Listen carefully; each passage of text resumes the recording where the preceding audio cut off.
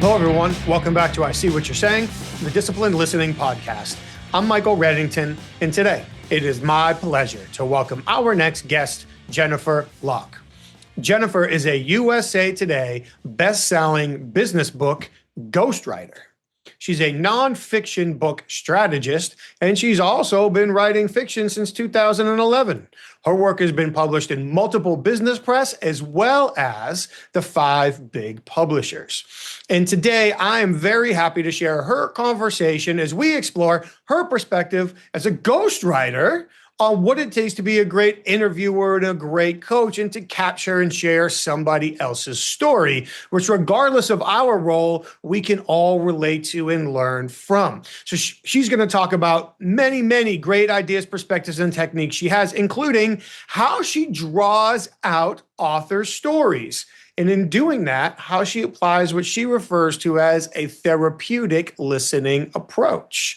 She's going to share her take on why it is so important to withhold judgment while listening to other people, especially when you're trying to capture their story. And in that, she's going to talk a lot about how she listens in order to capture the central event. What's really important? What's the hub to all of the spokes? What's really been going on? What's the linchpin to the story? Again, perspective we can all learn from. So happy to share her story with you today. So happy that you have all chosen to be here with us for another episode. Thank you very much. Please, while you're online today, take a quick second to subscribe to the show, like the show, leave a review, share some feedback. We really would appreciate it. And of course, take just a couple of moments to check out our sponsors. You can head over to humantel.com and enter the code INQUASIVE25 for 25% off the best-in-class online self-paced training to learn how to identify when people's emotions are shifting by recognizing changes in their facial expressions and nonverbal communication. I've done it all myself. I highly recommend it. For the professional interviewers, please head over to certifiedinterviewer.com. That's where you can get all your questions answered about joining the International Association of Interviewers. Which chapter is closest to you? How can you be involved? Also, how do you qualify for, earn, and benefit from the Certified Forensic Interviewer designation? All of that and more is over at certifiedinterviewer.com. And finally, while you're online today, please head over to inquasive.com to learn more about the programs our clients ask us to custom facilitate for their senior leadership teams, sales teams, HR teams, and more to help them uncover the intelligence necessary to generate breakthroughs in their high-impact conversations. We really appreciate you being here for another week. Thank you so very much. So now, without further ado, I introduce to you Jennifer Locke. Good morning, Jennifer. It is so great to meet you. Thank you for being here. How are you? I'm doing great. Thanks so much for having me. It's my pleasure. And as a self-styled interviewing nerd, I'm really interested to talk to you because as a ghostwriter, here I am making assumptions about what you do for a living, but you interview people to get their story from them in a much different context than previous conversations I've had or that other interviewers might think about. So I'm really stoked to have this conversation and learn from you and your experience and your perspective. So to get started, I think the question I'd love to ask first is really on that interviewing end. So I can imagine that often when you sit down to talk to authors and start to tease their story out of them, they likely have a lifetime full of thoughts in their head that you have to get out in some sort of coherent fashion. So how have you learned to successfully interview aspiring authors? Yeah, it's a really good question. And there is so many parts to what ghostwriters do. There is obviously, most of us aren't credentialed therapists, so I wouldn't making it, as similar. It's not the same thing at all, but there is an element of therapeutic listening, I would say. There's a great deal of trust that has to be built before the author will even agree to be a client. And so that process can take a while. It's usually not something that happens right away. It might take a while for that relationship to be built and for that author to agree to work with a particular ghostwriter. And then when the author comes to the ghostwriter, it's not often that they want to share their entire life story. They might want to share about a particular experience or on a particular theme, and it might be they want to create a legacy project to give to their kids and grandkids.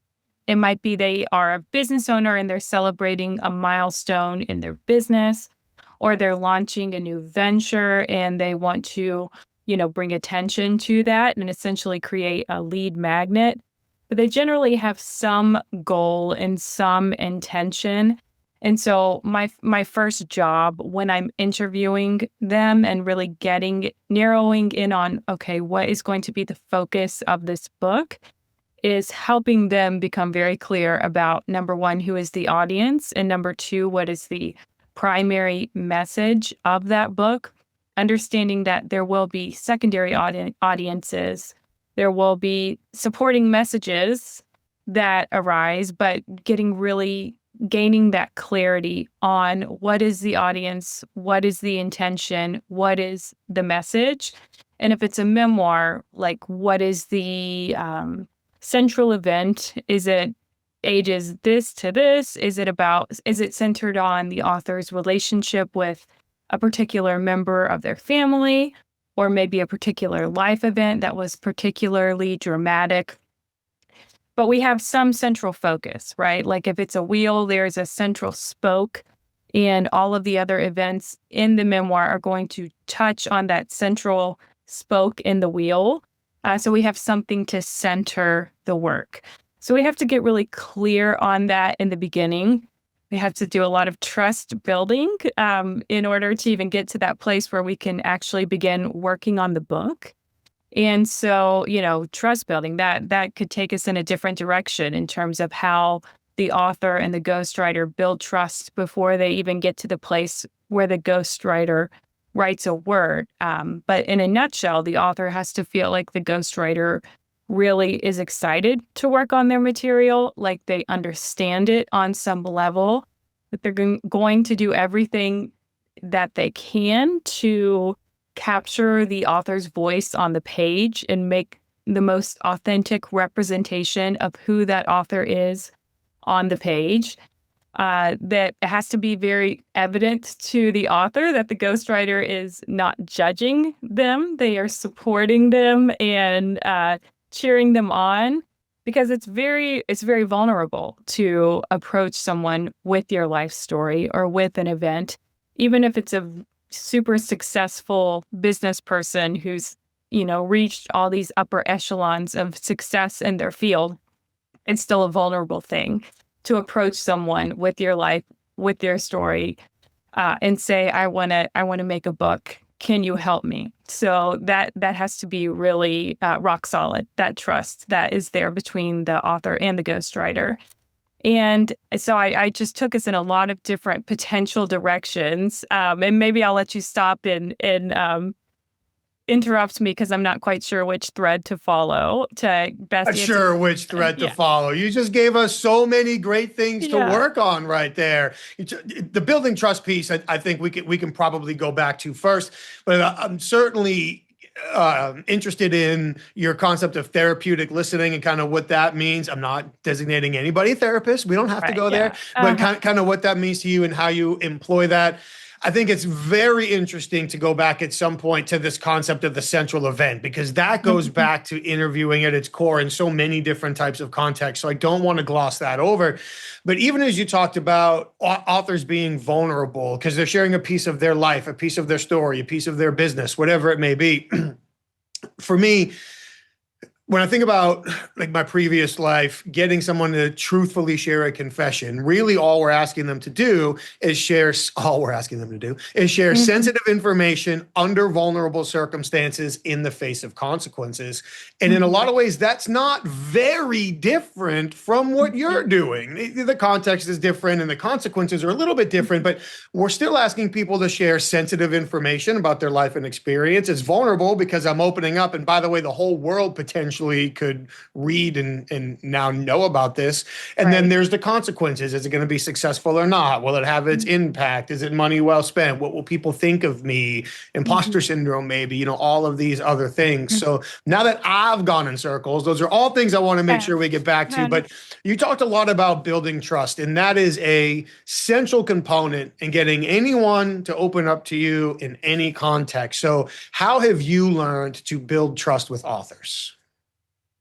Yeah, I think it's really important in the beginning to like from the very beginning, even when if a lead comes through or if a job comes through and I'm interested in it and I think I would be a good partner for that work, then the way that the ghostwriter approaches an author or responds to an author needs to communicate that excitement, that warmth, that competence, uh, signaling to the author that your story is going to be in good hands with me. I identify with it or I'm excited about it for some reason. And that can involve the ghostwriter sharing a little bit about themselves. This resonated with me because I have 3 daughters, or I have, fill in the blank, but getting a little bit personal while keeping the focus on them and Mhm. what it is about their story that is exciting. And then, a little bit about this is why it resonated. This is why I think I'd be a competent partner for you. So that's touch point number one, if you will, of building trust.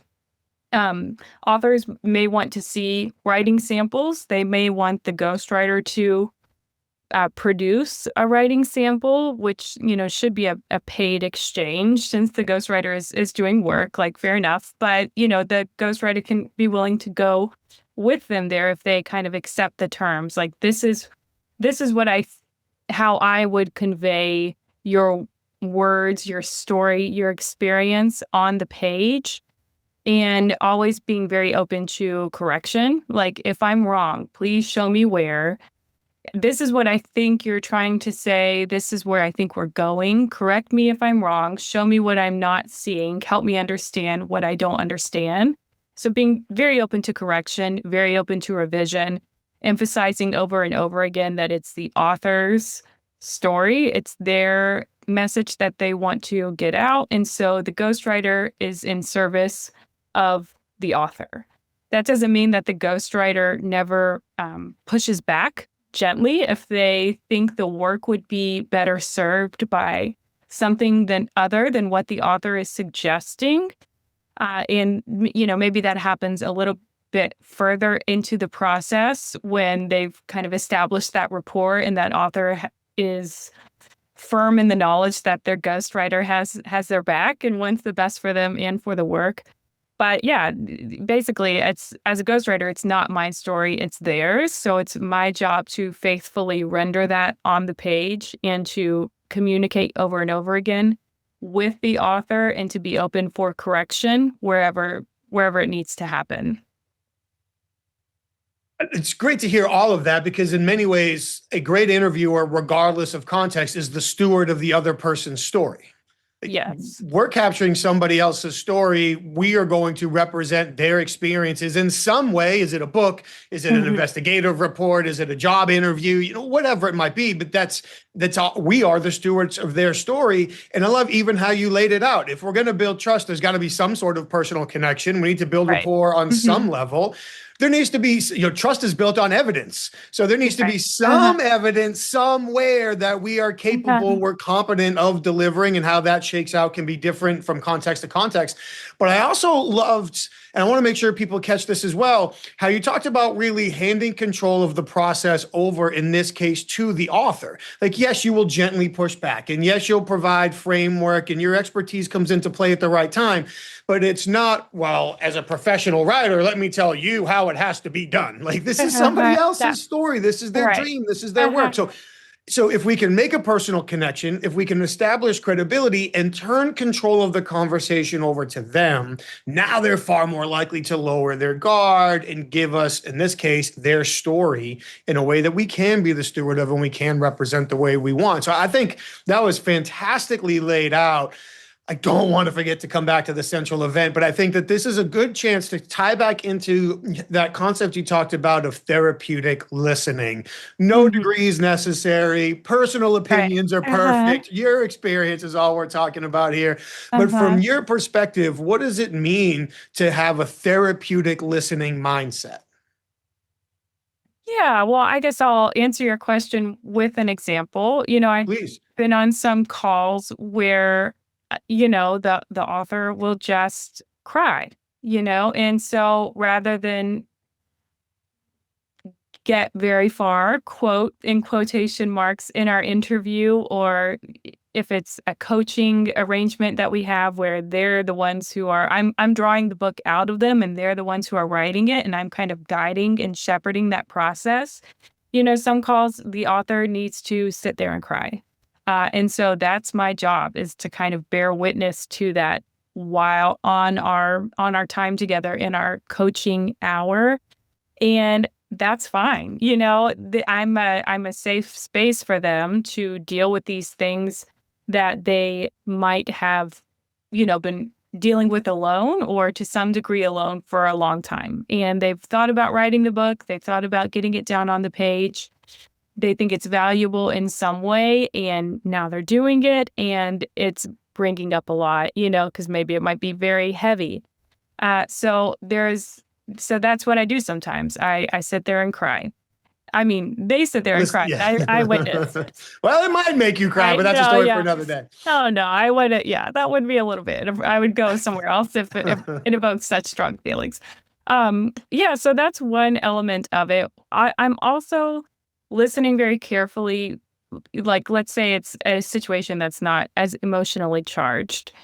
I am pulling the story out, and I'm working with a I'm a ghostwriter working with an author. Mhm. I'm pulling out the story, I'm listening for what's being said, and I'm listening for what's not being said. And if there's certain places I want to probe or questions that arise as I'm listening, I might go back to those sections and ask, can you tell me more about this? It's up to your discretion what you want to include or not include or where you want to take this. But as someone from the outside, I'm seeing kind of a gap here, and I wonder if you can help me fill in that gap.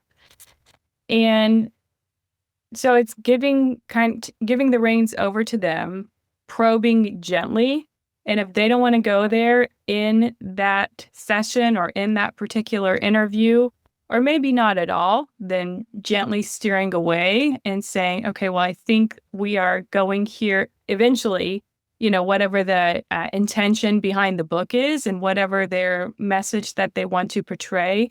So how can I steer us back to a place where you're more comfortable and where we're still serving your intention and serving your message? Again, I love, 'cause I'm such a nerd. So people can make fun of me. Hopefully they're laughing at me. That's fine. But I love the like conceptual alignment between, and you said drawing a story out of somebody, but in whatever the context, whether it's investigative, whether it's ghostwriting, whether it's interviewing, whether in a business development negotiation context, what's your purpose? What are we trying to achieve? Okay, let's start drawing out what it takes to get there.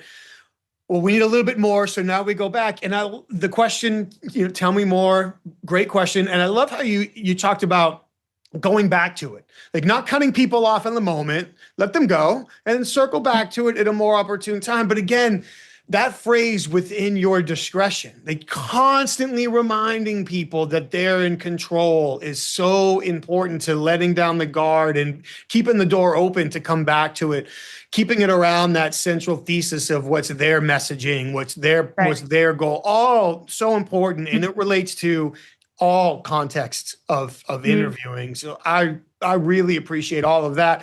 And back to the crying thing too.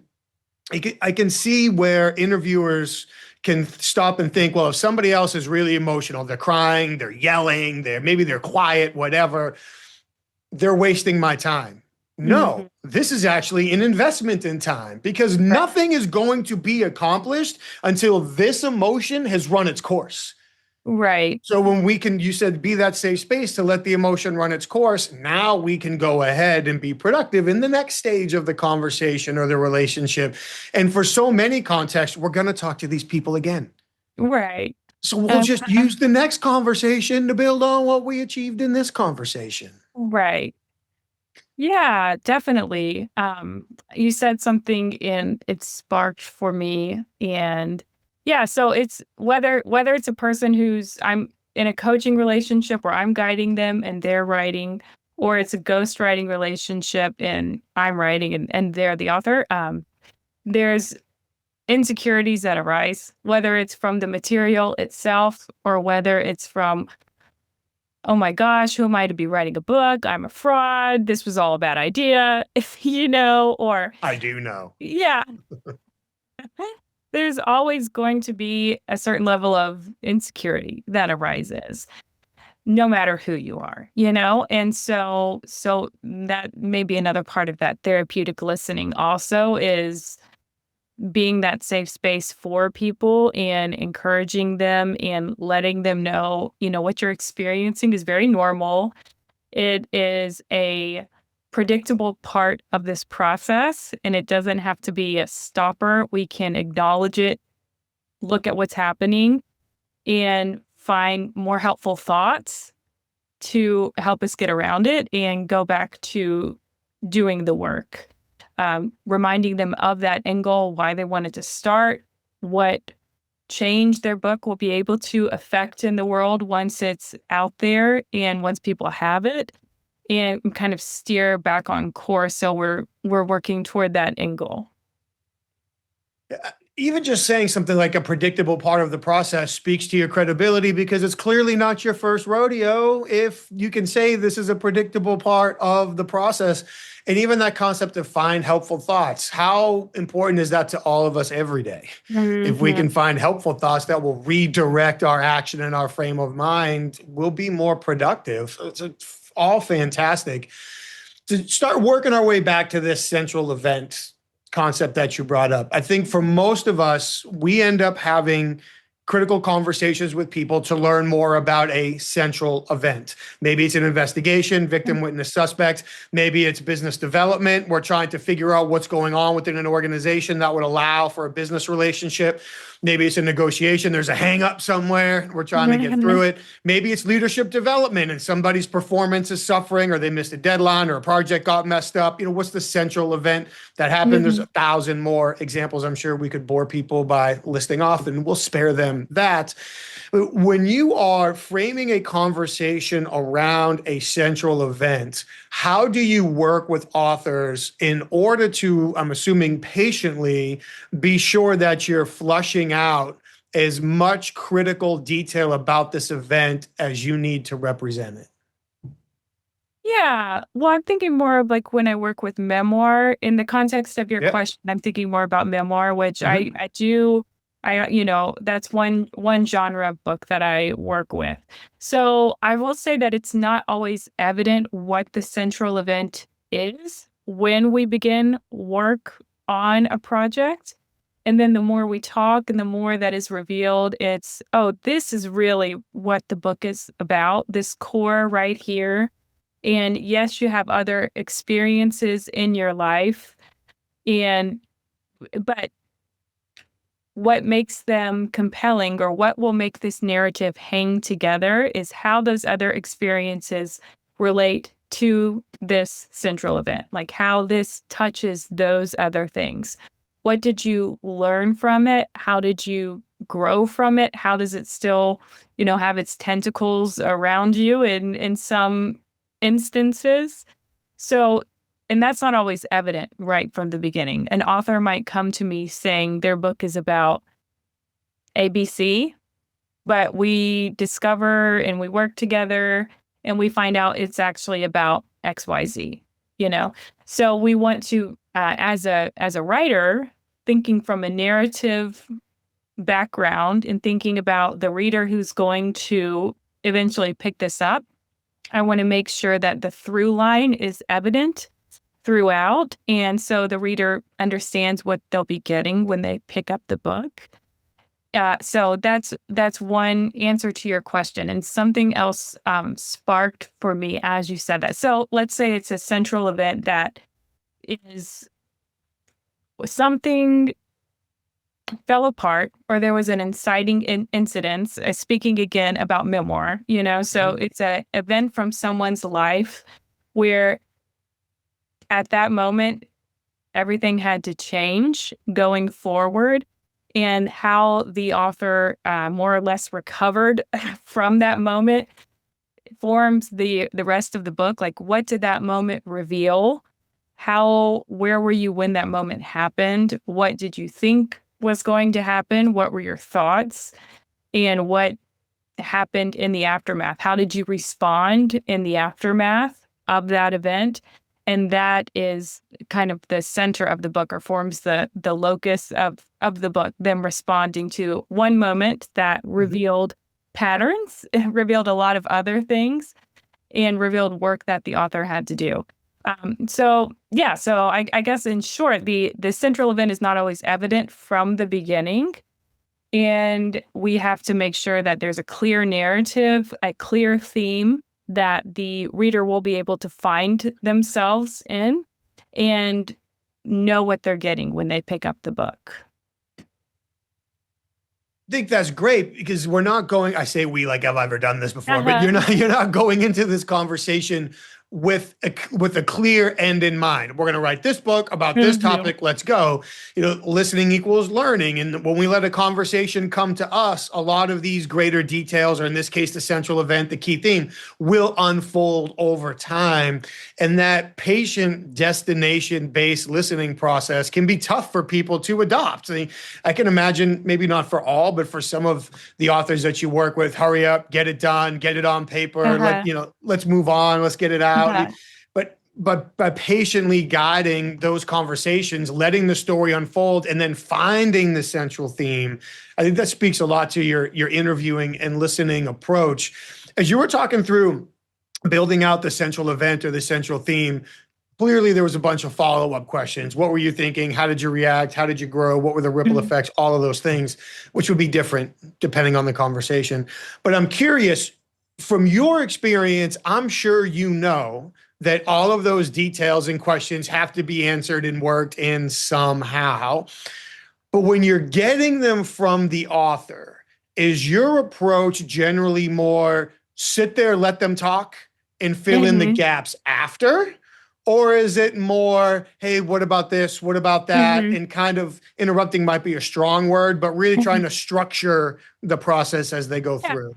Yeah, that's a good question. So, no matter who I'm working with, if it's a business leadership book, a thought leadership book, or a memoir book, we sit down for several hours at the outset, and I have a series of intake questions that I ask them. And I tell them, I'm going to guide the conversation, I'm going to take notes. I will take us, if you say something I'm curious about, I will ask follow up questions on it. But the end result of that intensive time that we spend together is a rough outline, and we produce that in those hours that we have. And I give them I say, this will change, this is Play-Doh, and we can shape it in different ways, but I want to give us some kind of scaffolding on which to build the book. So we do that at the beginning, and then we have a series of several other interviews, and I will let them know ahead of time, like, these were areas that I really wanted to take us in this interview. These were places that I still had questions.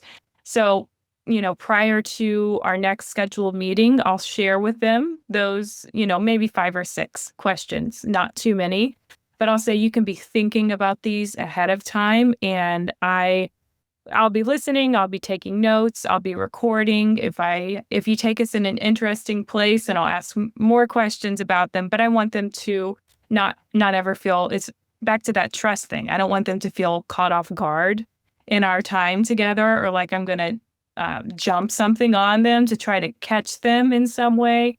I want them to have time to think about, let some things kind of percolate and simmer and see what sparks prior to us meeting together. So it's never just, I personally never do just like a free flowing type of situation. I want them to have some guidance on what to expect when we have an interview together.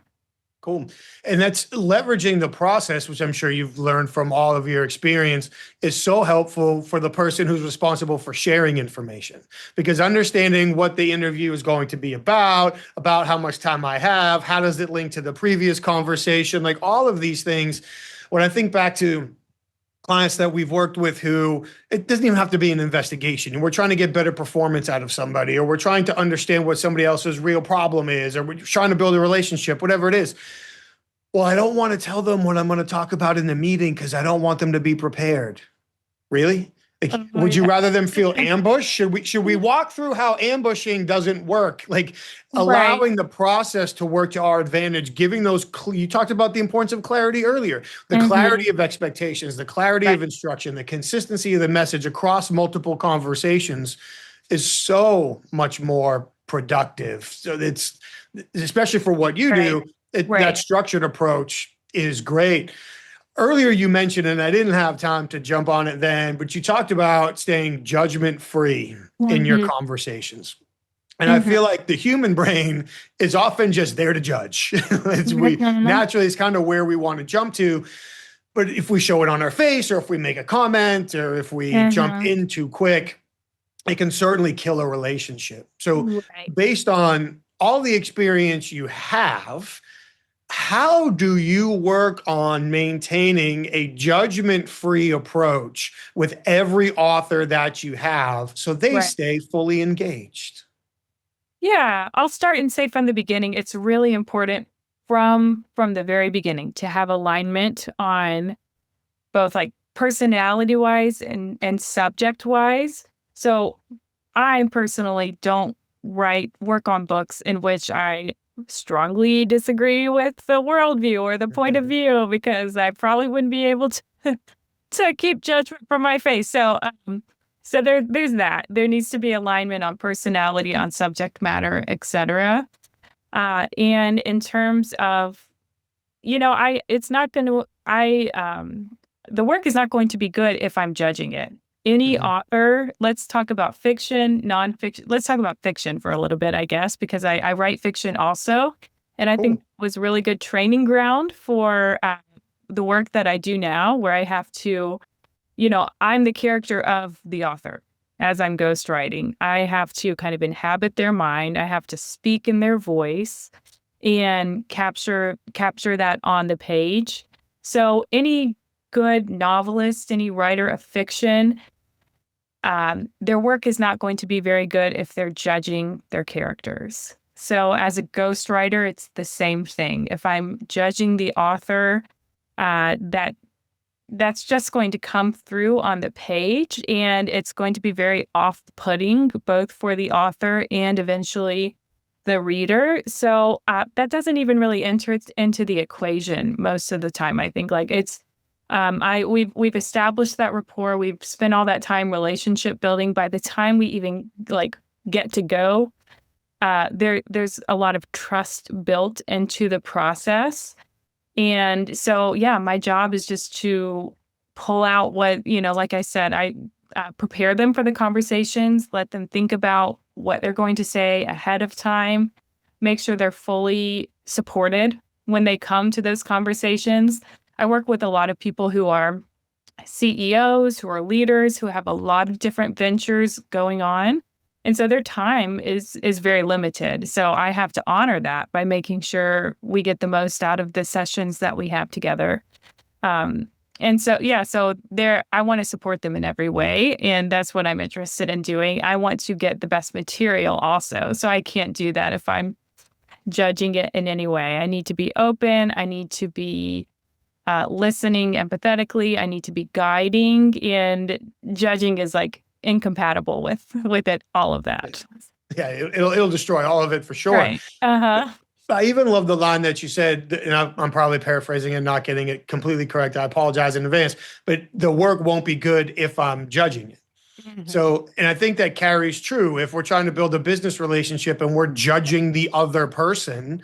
Mhm. Well, that's probably going to impact how we communicate and how we Right. think and how we create alternative solutions and all of these other things. The judgment ends up taking the psychological priority and interfering with everything else. So it's a wonderful perspective.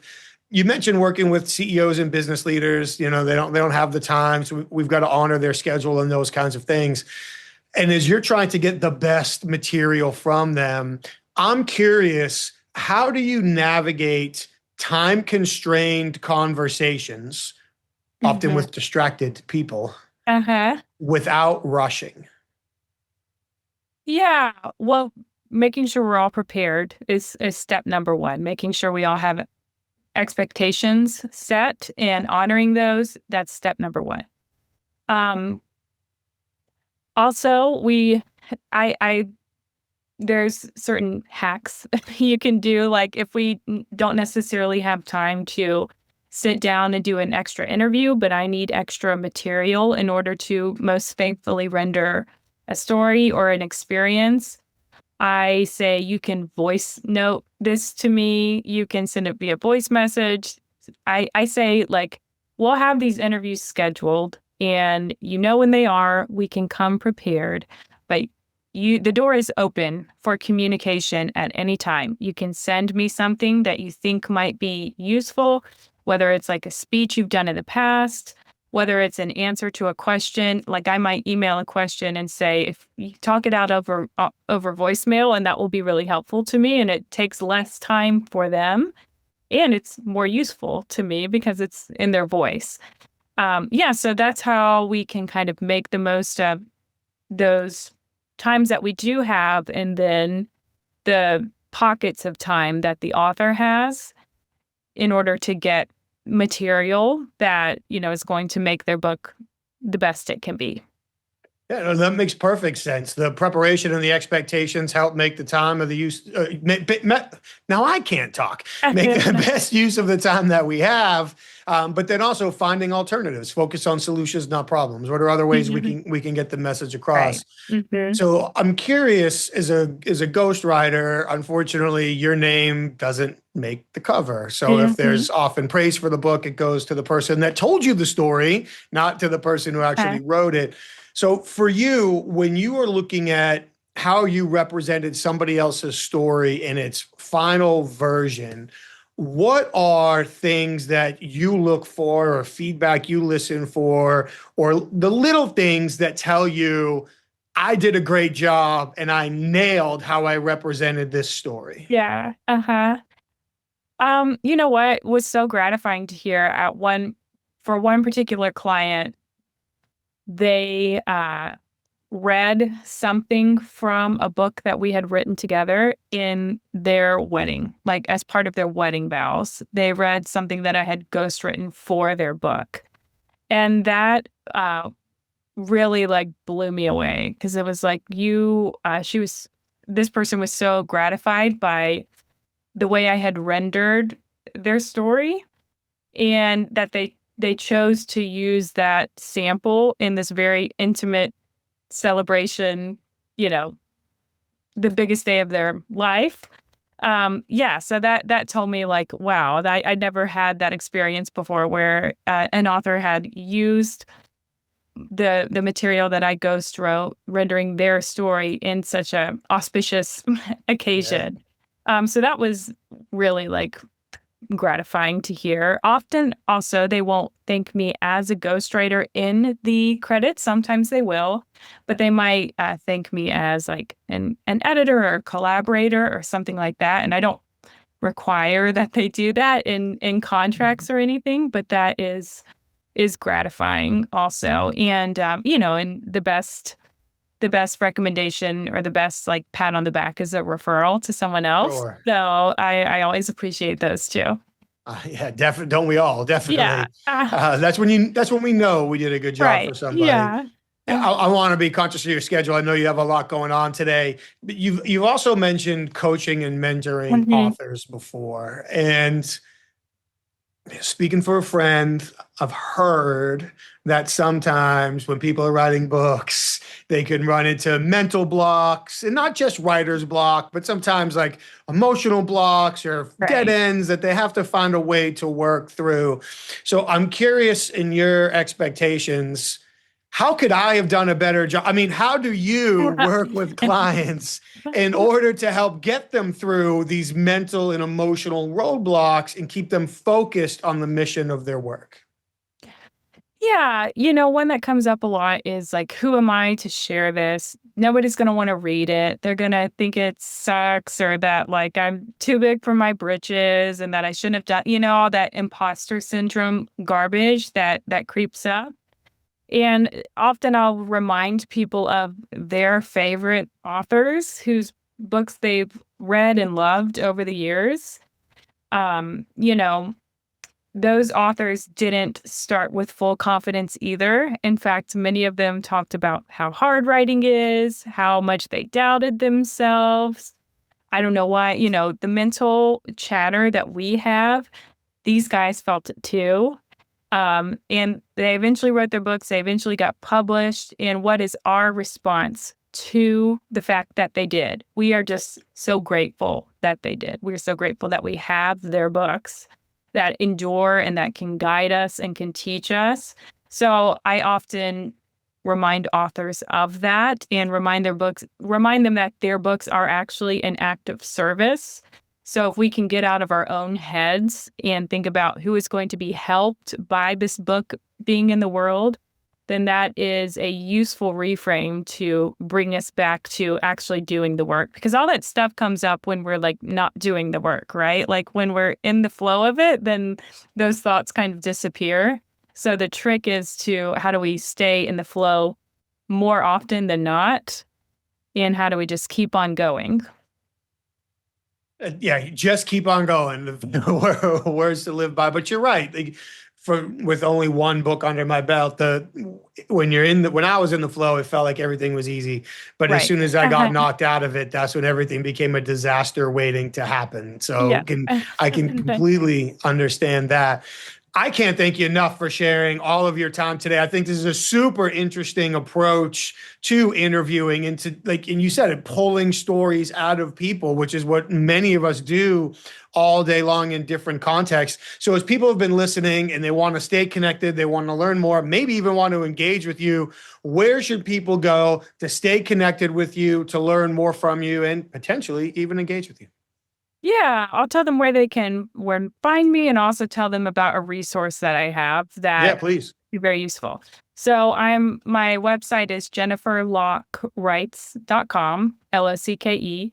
I'm at Jennifer Locke Writes on Instagram, and I'm also on LinkedIn. That's my social media of choice. So everybody's welcome to connect with me there. I also want to tell people about a resource that I have. It's called My Book in Six.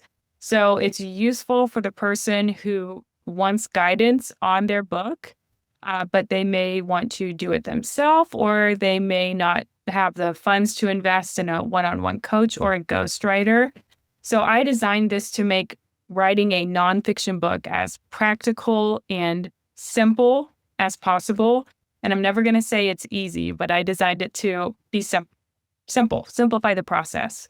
So what it is it takes authors through the process of ideating and writing a 50,000 word nonfiction manuscript in 6 months. And I've broken the process down into daily actions.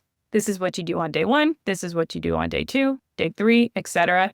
The first 6 weeks are simply devoted to getting the outline and clarifying the idea. So if people don't know their idea or don't know what they want to write about exactly, that's fine. It's for them and it guides them through that process. So it shows you what to do in daily actions. And it also has weekly trainings on all things writing and publishing, from ideation, from outline creation, from mindset, kind of like what we were talking about just now about getting into the service mindset, on how to craft really compelling stories, on how to edit, on how to sell, on how to publish. And there's different paths that they can go down to do that. And I kind of outline all of those for them. on how to market the book, on how to talk about the book, on how to write jacket copy, on how to name the book.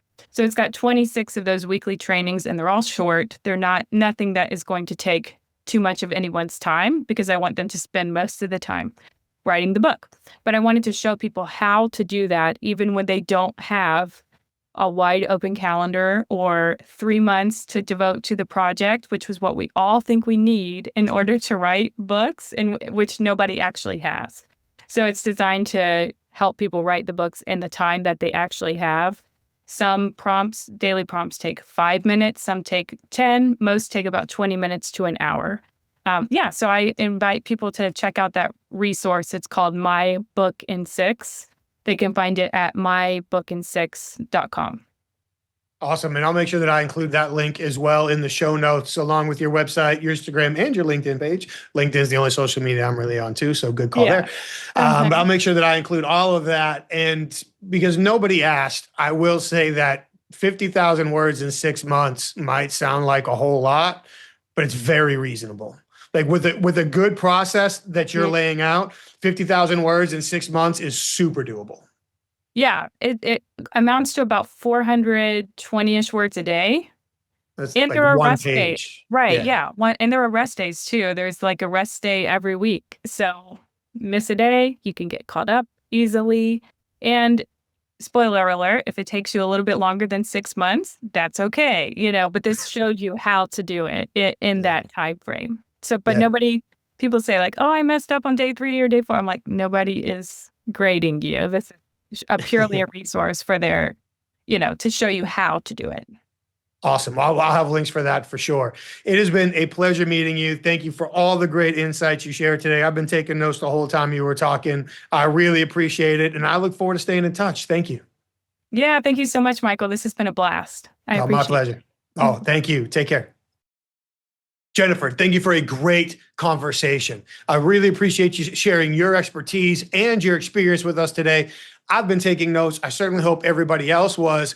And you made so many great points. It's hard to call out them all, but I really appreciated you saying the work isn't good if I judge it. That role of judgment really interfering with the final product, the final outcome, so very important to consider.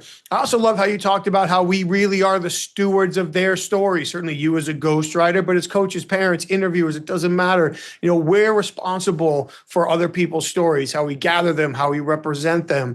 And in doing so, the power of giving over control, setting clear expectations, giving over control of the process is so beneficial to all of us, regardless of our roles. It's a great conversation, Jennifer. Thank you so very much. And certainly thank you to all of you that listen to the program as well. Certainly, we appreciate you being here. And if you're thinking about writing a book, make sure you visit her website as well to either follow her process or engage with her directly.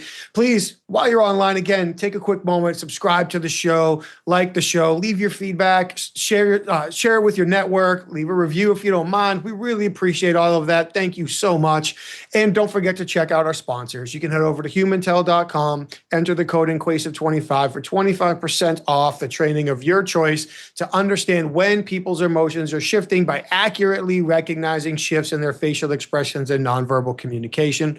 For the professional interviewers, you know the drill, certifiedinterviewer.com. That's where you get all the information you need for both the International Association of Interviewers and the Certified Forensic Interviewer designation. And of course, please head over to inquasive.com where you can learn more about the programs our clients ask us to custom facilitate for their senior executives, sales teams, HR teams, and more to teach them how to uncover hidden value in all of their high impact conversations. We appreciate you being here week after week. Thank you so very much. Stay safe. Take care of each other, and we'll see you next time.